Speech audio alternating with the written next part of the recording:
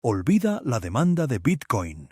Olvida las amenazas a la familia. Olvida incluso el correo más reciente que llegó a TMZ esta semana. Hubo solamente 8 palabras dentro de la primera nota de rescate del caso Nancy Guthrie que hicieron todo el trabajo. 8 palabras que le confirmaron al FBI, sin lugar a dudas, que esa carta venía de la persona que entró a esa casa y no de un imitador viendo las noticias desde su sofá.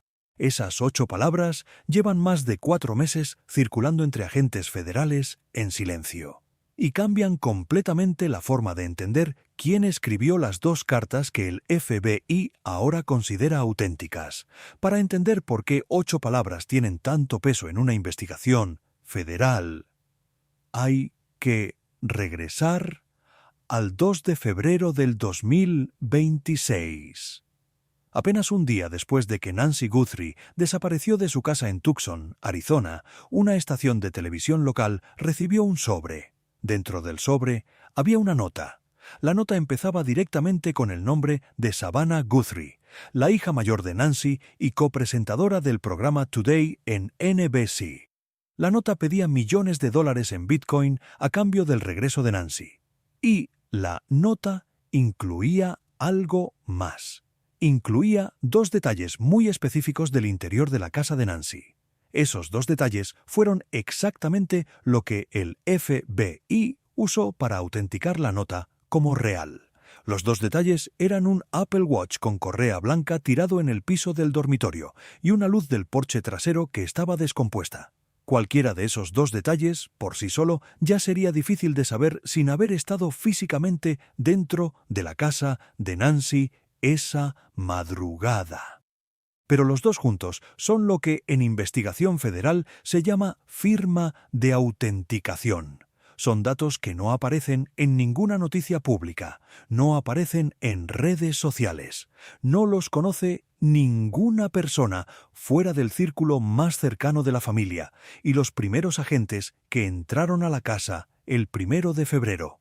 Si una persona escribe en una nota de rescate algo que solamente el verdadero secuestrador podría saber, esa nota deja de ser sospechosa.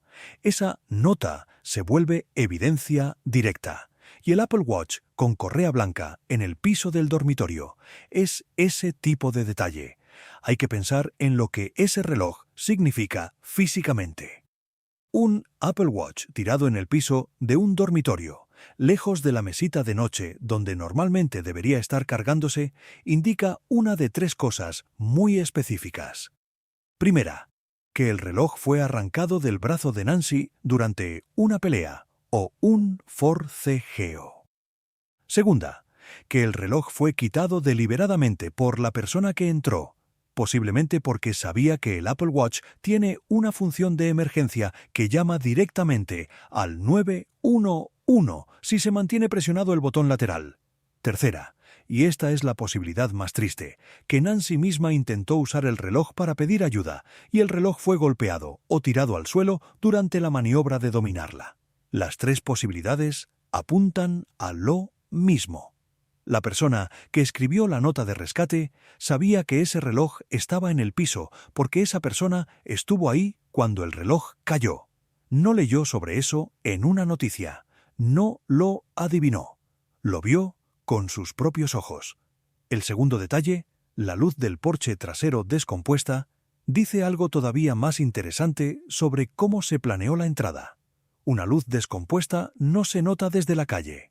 No se nota desde Google Street View. No se reporta en ninguna nota policial pública. Una luz del porche trasero descompuesta es algo que solamente alguien que se acercó por atrás, en la oscuridad, después de haber estudiado la casa de noche, podría notar. Y eso significa que la persona que escribió esa nota había estado vigilando la casa de Nancy antes del 1 de febrero. No se trató de un crimen al azar. No se trató de un ladrón cualquiera que se metió a la primera casa que encontró abierta. Fue alguien que sabía que la entrada por atrás estaba a oscuras. Fue alguien que sabía que esa luz descompuesta significaba que podría acercarse a la puerta trasera sin ser visto por ningún vecino, por ninguna cámara de seguridad lateral, y sin activar ningún sensor de movimiento exterior con luz. Cuando un investigador federal lee esos dos detalles juntos en una misma nota de rescate, lee un mapa, lee una ruta, lee la confesión silenciosa de alguien que estuvo dentro y fuera de esa casa. Y eso es exactamente lo que llevó al FBI a clasificar oficialmente la primera nota como auténtica y como proveniente de los verdaderos secuestradores. CBS News confirmó esa conclusión la semana pasada citando fuentes cercanas a la investigación. Los investigadores ahora creen que tanto la nota del 2 de febrero como la nota del 6 de febrero, conocida como la nota de enterrada con la naturaleza, vinieron de la misma persona o personas que se llevaron a Nancy. No fueron imitadores, no fueron oportunistas. Fueron los autores reales del crimen comunicándose con la familia y con los medios. Aquí es donde la historia se complica, porque ahora hay que mirar la segunda nota con los mismos ojos. La nota del 6 de febrero empezaba con disculpas, decía algo parecido a "no quisimos que muriera, no fue intencional", y terminaba diciendo que el cuerpo de Nancy estaba enterrado con la naturaleza. Esa segunda nota no contiene el mismo tipo de autenticadores físicos, no menciona objetos dentro de la casa, no menciona detalles que solo el secuestrador podría saber. Y eso, en términos de análisis forense de documentos, es una contradicción interesante. Si la primera nota fue claramente escrita para probar autenticidad, la segunda nota fue escrita con una intención muy diferente.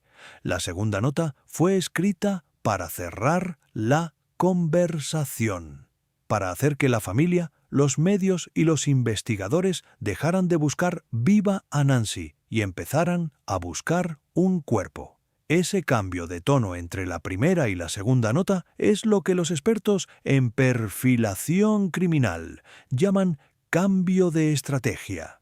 La primera nota intentaba conseguir dinero. La segunda nota intentaba conseguir silencio. Y entre las dos pasaron solamente 4 días. 4 días en los que algo cambió drásticamente para la persona o personas que tenían a Nancy. Lo más probable, según los perfiladores que han hablado públicamente del caso, es que Nancy murió durante o poco después de su traslado de la casa. Una mujer de 84 años, con marcapasos, con problemas de movilidad, con medicamentos diarios necesarios para mantenerse estable, no sobrevive fácilmente a una maniobra violenta y a un transporte forzado. Cuando los secuestradores se dieron cuenta de que la víctima ya no podía ser entregada viva a cambio del rescate, tuvieron que cambiar de plan.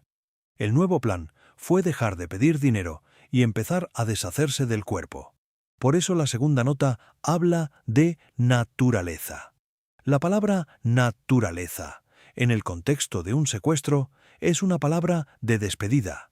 No es un dato útil, no es una pista exacta, no le sirve al FBI para buscar un sitio específico. Es una palabra escogida para sonar poética, para sonar respetuosa, y al mismo tiempo para cerrar el caso desde el punto de vista de los secuestradores, lo cual conecta directamente con la pregunta más importante. ¿Por qué los secuestradores escribirían una segunda nota si ya tenían el dinero o si ya habían decidido huir? La respuesta es que necesitaban que la familia dejara de buscar a Nancy con vida. Necesitaban que el FBI redirigiera los recursos. Necesitaban que los medios cambiaran el tono de la cobertura. Y la única manera de lograr todo eso fue escribir una segunda nota anunciando una muerte que probablemente ya había ocurrido 4 o 5 días antes.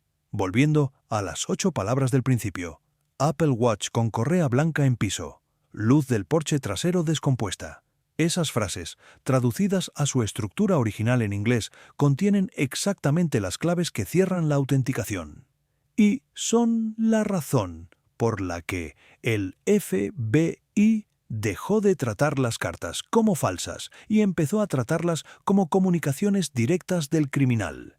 También son la razón por la que las cartas más recientes que llegan a TMZ las que piden un Bitcoin a cambio de un video, están siendo tratadas con mucho más escepticismo, porque las nuevas cartas no contienen autenticadores, solo contienen amenazas, y las amenazas son fáciles de inventar. Los detalles físicos del interior de una casa, no.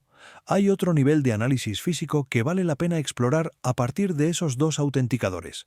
Si la persona entró por la puerta trasera sabiendo que la luz estaba descompuesta y si encontró el Apple Watch en el piso del dormitorio principal, entonces la ruta exacta dentro de la casa se vuelve reconstruible.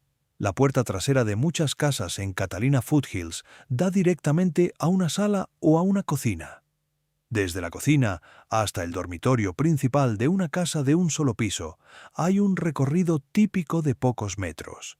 Pero ese recorrido pasa por puntos donde una mujer mayor durmiendo escucharía pasos en los pisos de madera o de baldosa. Eso significa que la persona que entró no se preocupó demasiado por hacer silencio total. O bien, la persona sabía que Nancy tomaba medicamentos para dormir que profundizaban el sueño. O bien, la persona estaba dispuesta a confrontar directamente a la víctima despierta. Ambas opciones revelan información valiosa sobre el nivel de conocimiento previo que el atacante tenía sobre la vida diaria de Nancy.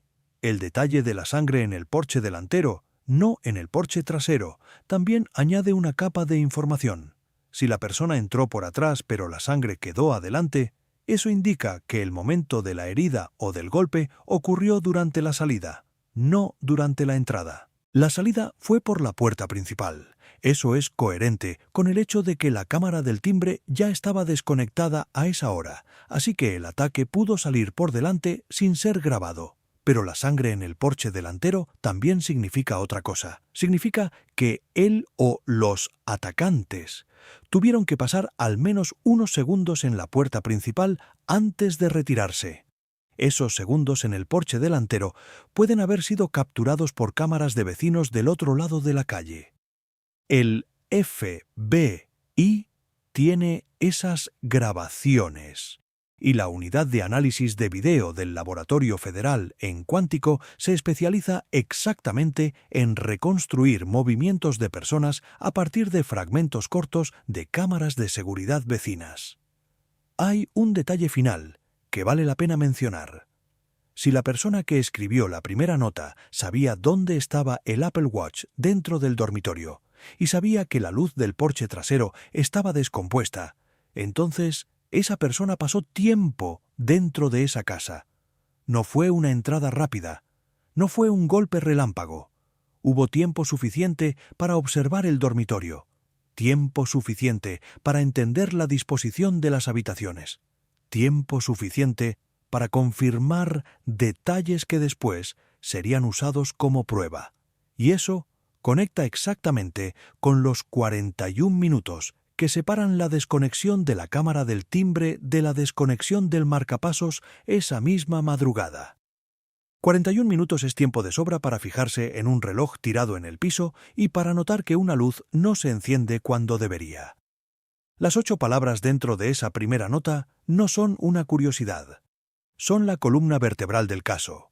Son la razón por la que el FBI ya no busca dudas sobre quién escribió esas cartas. Son la razón por la que la investigación entró en una nueva fase silenciosa después de la confirmación de CBS News. Y son la razón por la que el plea hearing de Derrick Calella, el 2 de julio, puede terminar siendo el momento donde toda esta historia gire en una dirección que nadie se está esperando todavía. Si este desglose forense de las 2 notas de rescate del caso Nancy Guthrie aportó algo nuevo, Daily Like al video, suscríbete al canal para los próximos análisis del caso y comenta cuál de las 2 firmas de autenticación piensas que fue la que finalmente cerró la duda dentro del FBI. El reloj en el piso o la luz del porche que nadie podía ver desde la calle.